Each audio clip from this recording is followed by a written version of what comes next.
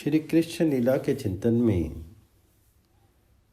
दावानल पान के अनंतर श्री कृष्ण का ब्रज में लौटना और ब्रज सुंदरियों का उनका दर्शन करके दिन भर के विरह ताप को शांत करना। एक क्षण बीतने बीतते नील सुंदर ने पुकार करके कहा, भैयाओ अपनी आंखें खोल लो। और शिष्यों ने पलक उघाड़ कर देखा। फिर तो एक साथ सभी विस्मित हो उठे। अरे ये तो भंडीर वट है। कहाँ गया वह मुंज का वन? क्या हुई वह दावाग्नि? अपने आप हम सब वहां से यहाँ कैसे चले आए? जलने जा रहे थे हम सब। गायें उस भीषण ज्वाला से चीत्कार कर रही थी, किंतु किसी को कुछ भी नहीं हुआ। हम सभी सुरक्षित यहाँ आ पहुँचे। ये तो विचित्र सी बात है ही। कन्नू ने तो हद कर दी रे। ता छिन नैन उधारी, सखा सब देखी। खेलत पूरब खेल चली लेखी। सो थल जाई निर्हरी रहे चकचौंध है। मोहन जानी पर भाव करे सब चौंधी है। दिग उधारी जो चही अभीर, ठाडे बट भांडीर के तीर। कहने लगे अति विस्मय पाए, कित हम होते किते आबाई। भय तो कुछ नहीं रह गया था। अतः उसी विशाल वट के नीचे शिष्यों की गोष्ठी आरंभ हुई। विचार होने लगा, आखिर ये अत्यंत आश्चर्यमयी असंभव घटना संघटित हुई तो कैसे? अधिक से अधिक मंत्र तंत्र के प्रभाव से दावानल की ज्वाला हमें जला नहीं पाती। हम सब उसके बीच रहकर ही उससे बच जाते, किंतु बिना प्रयास एक क्षण में ही इन असंख्य धेनु समूहों के साथ इतनी दूरी कैसे आ गई? सोचो, पहले तो वह वनवन्ही जैसी भयानक थी। उसे देखते मान ही लेना पड़ता है कि साधारण मंत्रवेता की शक्ति के बाहर की बात है। उसे शांत कर देना और हम सबों को बचा लेना। अब भला तंत्र विज्ञान का कितना बड़ा अनुभवी है वह हमारा कन्नू, क्योंकि जो कुछ किया है वह तो सबका सब हमारे कन्हैया ने ही किया है। उसी की चिंत्य महाशक्ति के प्रभाव से ही तो हम सब की रक्षा हुई है। और फिर ऐसी रक्षा कि अनजान में ही हम सभी विपत्ति के उस स्थान तक से हट करके उससे बहुत दूर अपनी पूर्व परिचित सुंदर समतल भय शून्य भूमि पर भी आ पहुंची। इस प्रकार न जाने केवल कितने संकल्प विकल्प उन शिष्यों के मन में उदय हुए तथा अंत में सर्वसम्मति से ये निर्णय हुआ, देखो ये जो हम लोगों का कन्नू है वह कोई देवता है। ये जो नंद को नंदन आही, भिया मनोज जिनि जन हूँ याही। देवन में जो देव बड़ कोई, हम जानही की आही ये को सोई। निज मोचन लखी अग्नि ते, अति विस्मय चित आन। मानियो कृष्ण कृपाल को, विविध ऋषभ सुख दान। सखाओं की बात सुनकर के श्री कृष्णचंद्र हंसने से लगे। फिर अस्ताचलगामी भुवन भास्कर की ओर अपने दक्षिण हाथ से संकेत करते हैं बोले, भैयाओ उस ओर भी देखो। कितनी चिंता हो रही होगी मैया को। ओह, आज वन में कितना विलंब हो गया। अब तो क्षण भर का भी अवकाश नहीं है। चलो गायों को गोष्ठ की ओर हाँक दो। और ये कह करके नील सुंदर ने अधरों पर वंशी रखकर स्वर भरना आरंभ किया। उनका ये स्वर कितना उन्मादी है, इसे ब्रज के कीट पतंग भृंग तक जानते हैं। अभी अभी जो शिशु उन्हें देवता मानने लगे थे, सब के सब बह चले वंशी की उस मधुमय प्रवाह में अचिंत्य शक्तिमत्ता की वह भावना, वह देवता बुद्धि ना जाने कहाँ विलीन होगी। नील सुंदर की ग्रीवा से झूल झूल कर स्नेह प्रदर्शित करते हुए उन सब ने गायों को गोष्ठ की ओर प्रेरित किया, साथ ही अपने सुरीले कंठों की तान भी छेड़ दी। वंशी का स्वर एवं उनके गीत की स्वर लहरी, दोनों का संयोग अद्भुत है। एक और अत्यंत स्पष्ट प्रत्येक गाय का नाम नील सुंदर के वंशी छिद्रों से झरकता जा रहा है और वे गायें भी उसी क्रम से गोष्ठ की ओर संचालित होती जा रही हैं तथा दूसरी ओर गोप शिष्यों के संगीत में प्रलंबासुर के विनाश का, दावानलपान का सियस गीत, नील सुंदर की अद्भुत महिमा, भूरी भूरी प्रशंसा व्यक्त हो रही है तथा उन भावों से परिभावित हुए वह शिशु तद अनुरूप विविध भंगिमाओं का प्रकाश करते हुए नाचते चलते आ रहे। कितनी देर लगती गोष्ठ पहुंचने में, क्योंकि अब पथ में क्रीड़ा तो होगी नहीं। बस ये रहा सामने ब्रजपुर का तोरण द्वार और श्री बलराम के साथ नील सुंदर गोष्ठ में प्रविष्ट हो रही हैं। साँझ भये सब गोपनी गोवन हेरी के मंदर जात समहारी, सबे धन हेरी के शाम सुबेन बजाई, चले तय रंग में गावत ग्वाल आनंद भरे सब संग में। आगे धरिले गोदन वृंद, चले सदन ब्रज कंदन निकंद, मधुर मधुर धुनि बेनु बजावत, बालक वृंद सुकीर्ति गावत। इधर ब्रजपुर वासियों की विशेषता, गोप सुंदरियों की क्या दशा है, इसे कोई कैसे जाने।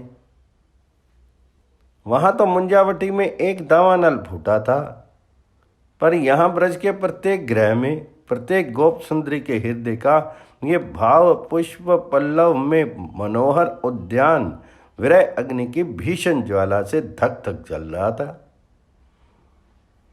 नील सुंदर का एक क्षण के लिए अदर्शन उन रागमय पूर्व रमणियों की दृष्टि में शत सहस्त्र युगों का व्यवधान प्रतीत होते लगता है। उनके प्राण झलने लगते हैं। कदाचित श्री कृष्णचंद्र को अखंड स्मृति रह रहकर उनसे प्रत्येक संयोग की भ्रांति ना उत्पन्न करती रहती तो वे सचमुच उसके वन गमन के अनंतर सायंकाल तक भी जीवन धारण कर पाती या नहीं, ये निर्णय कर लेना सहज नहीं है। इसलिए ब्रजेंद्र नंदन के मुखचंद्र का दर्शन पाकर के एक अप्रतिम परम आनंद सिंधु उच्छलित हो उठा है। उन गोप प्रवाओं के हृदय में तथा कितनी भाव विहल हो उठी हैं वे, इसे अचिंत्य सौभाग्यवश कोई देख भले ले। वाग्वादिनी तो इसका एक अल्प सा अंश भी चिंतन करने से रही। अवश्य उनके अंतःस्थल की वही रसमय अनुभूति तरलित होकर के प्रतिफलन के रूप में इन शब्दों की ओट से किंचन मात्र झलमल सी उठती है, इसमें कोई संदेह नहीं। प्रभु मुख पंकज सेद मधु, गोरज लगी पराग, तिय मन मधुकर रमत तय, पियत उमगी अनुराग।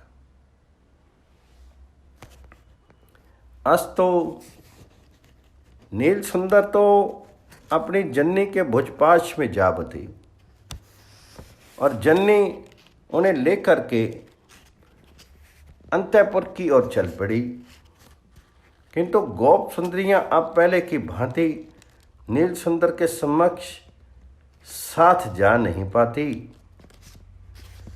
एक विचित्र से शील संकोच में आवरण आ जाता है।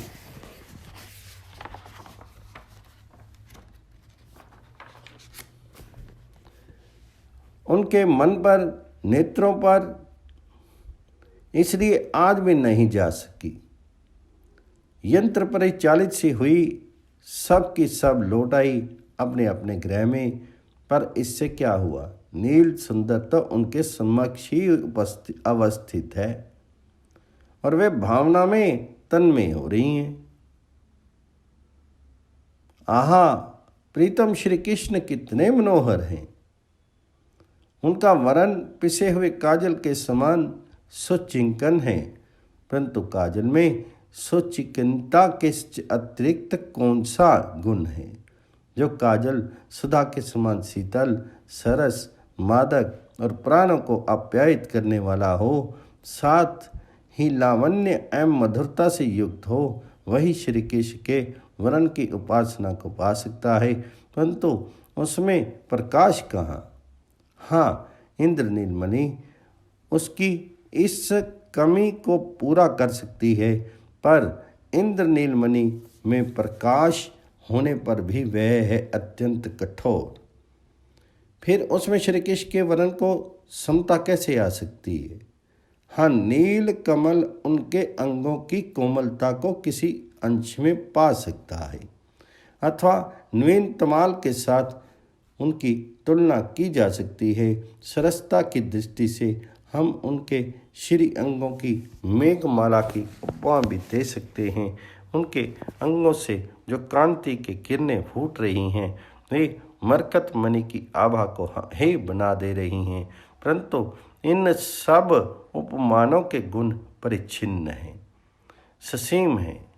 हमारे प्राण वल्लभ तो माधुर्य एवं लावण्य के अपरिसीम सागर हैं। उनके श्रीअंगों में पीताम्बर झलमला रहा है, वक्षस्थल पर रंग बिरंगी वनमाला झूल रही है, अंग अंग पर रतन जड़ित आभूषण शोभा पा रहे हैं। विविध प्रकार के क्रीड़ा रस के वे अनुपम आकर हैं।